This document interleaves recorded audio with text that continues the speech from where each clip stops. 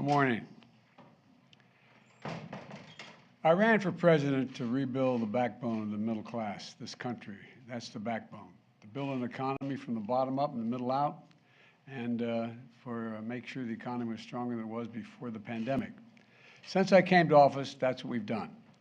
Historic vaccination efforts that saved lives, helped our economy recover from all the lost jobs during the pandemic.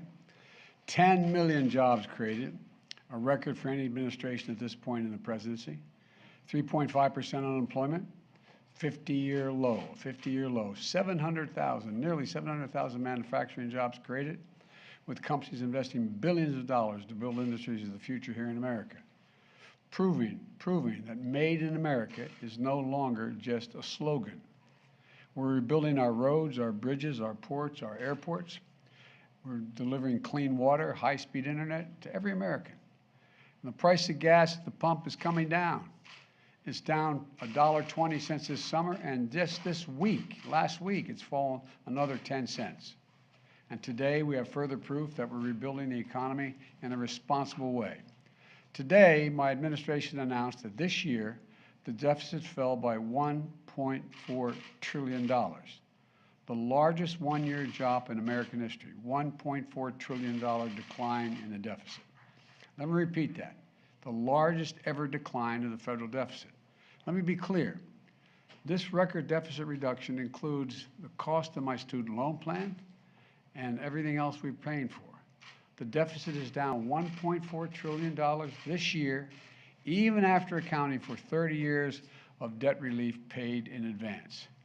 You know, this follows last year's drop of $350 billion in the deficit. And because we're making sure the largest corporations pay their fair share, cracking down on billionaire tax cheats and giving Medicare the power to negotiate lower drug prices in the future, just getting underway, which lowers one of the biggest costs that government and families have to pay. We'll reduce, because of that, the deficit another $250 billion over the next 10 years. You know, we're going from historically strong economic recovery to a steady and stable growth while reducing the deficit.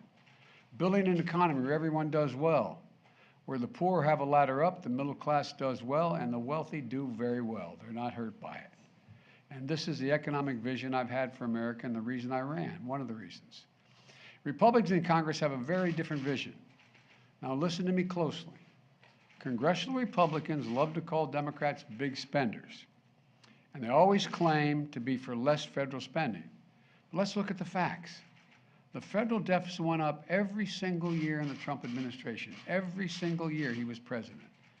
It went up before the pandemic. It went up during the pandemic. It went up every single year on his watch, the Republican watch.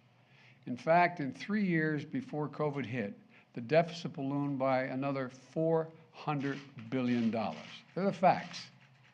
And one big reason for that is Republicans voted for a $2 trillion tax cut, a Trump tax cut, which overwhelmingly benefit the wealthy and the biggest corporations.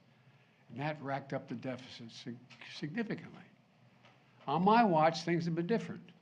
The deficit's come down both years that I've been in office. And I just signed legislation that's going to reduce it even more in the decades to come. Now, Republicans in Congress are doubling down on their commitment to explode the deficit again. Just this week, it's hard to make this stuff up. Just this week, Republican leaders said if they get their way, they're going to extend the Trump tax cuts, which are due to expire in a couple of years.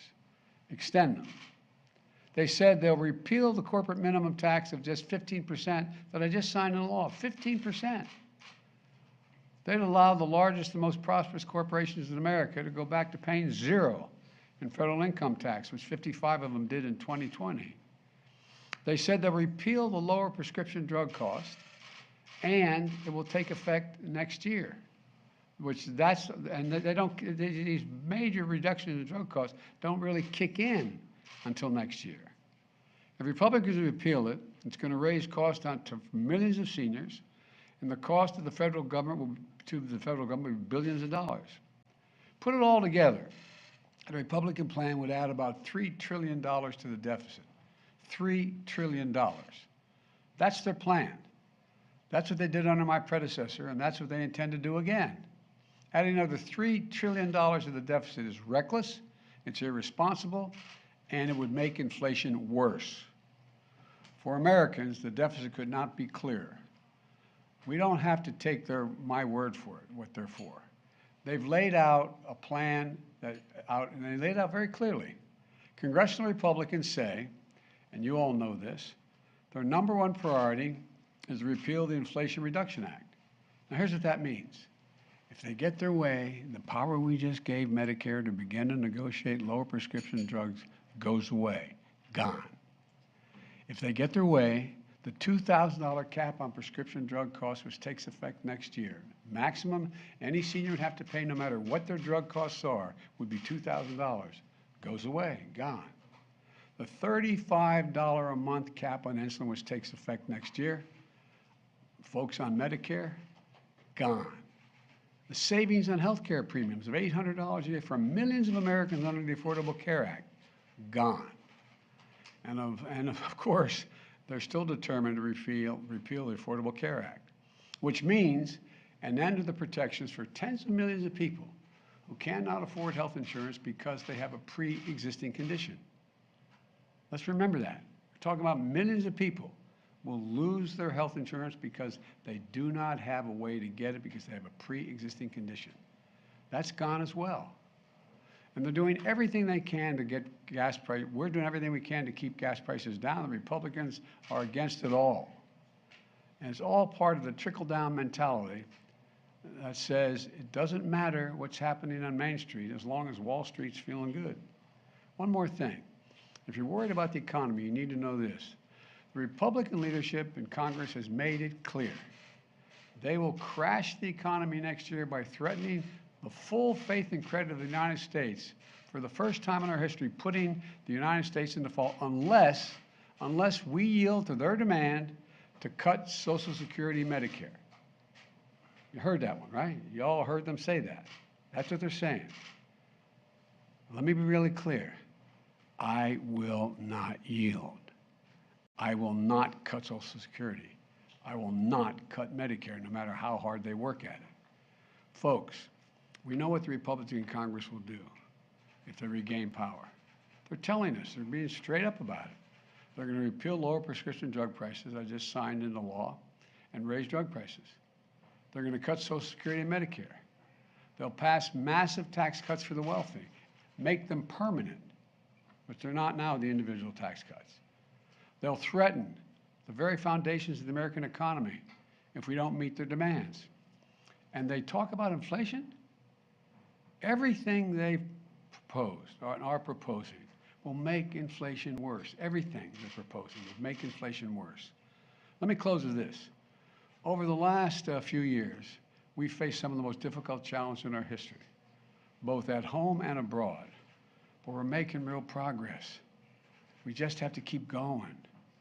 I know we can. For everything we've been through, I've never been more optimistic about America's future. We just have to remember who we are. We're the United States of America. There's nothing beyond our capacity. And we're better positioned than any other country in the world to get through this difficult period. Inflation's worse all around the world. So keep the faith. Keep the faith. And God bless you, and may God protect our troops. And I want to say one more thing, actually. You know, I know, and I don't blame you, you want to ask me about the midterms. And here's what I think. It's been back and forth with them ahead, us ahead, them ahead, back and forth. And the polls have been all over the place. I think that we're going to see one more shift back to our side in the closing days. And let me tell you why I think that. We're starting to see some of the good news on the economy. Gas prices are down sharply in 46 of the 50 states because of what I've been doing. We're moving in the right direction. There's more to come. State unemployment today, state unemployment, was all-time lows in 11 states, and 17 states have unemployment rates under 3%.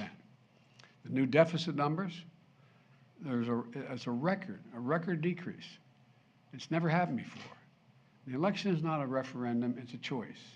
It's a choice. And the Republicans can criticize my economic record, but look at what I've inherited and what I've done, and look at what they're offering. They want to double down on the Trump tax cuts for the wealthy, make them permanent because they're going to expire in 2025. They want to send jobs overseas where big corporations can, in fact, pay lower wages, increase their profits. And these are tax cuts that give most benefits to billionaires and wealthy corporations. And let's get specific.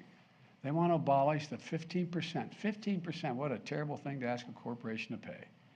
15% tax that I insisted that those 55 corporations who made $40 billion and didn't pay a red cent, they now, my God, they got to pay 15%. If Republicans get their way, the deficit is going to soar, the tax burden is going to fall on the middle class, and Republicans are working really hard. And this is what kind of, I have to admit, every once in a while they surprise me.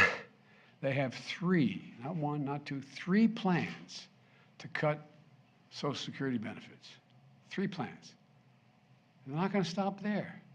They're going to do big pharma's bidding to repeal my plan to allow Medicare to negotiate prescription drugs prices. We pay the highest in the world. And in doing so, it's going to raise drug prices. And they're going to raise big pharma's profits. They're doing fine, big pharma. They're not hurting at all.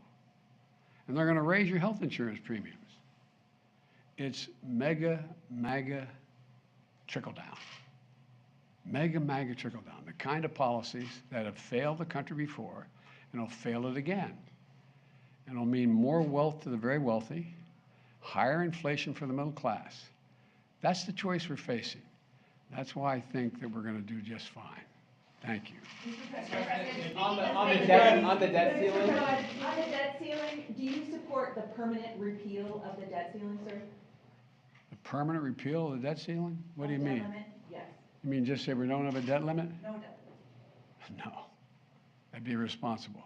On Ukraine, Mr. President, we have you have the means and the midterms, will to last night continue you said- supporting Wait, Ukraine. well, let's get one at a time, okay? Thank you, sir. So you heard the Republicans. You have the means and the will to continue supporting Ukraine. Yes, because if we support Ukraine, we're supporting all of Europe. We're supporting NATO.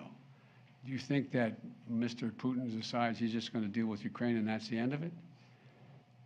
No, I don't understand the threat that they're saying they may have to stop funding the Ukrainians in their war against this brutal dictator. Yes, last one. On the midterm, sir, last night you said you need 53, not 51 votes to pass your agenda. I'm just Were you getting referring- greedy. What did you mean by that? Were you referring to Manchin and Sinema? No, I just think the more we have, the more certain. 51 just gives me one more. I'd like to have 3 more. It'd make it a lot easier. Thank you very much. Thank you very much.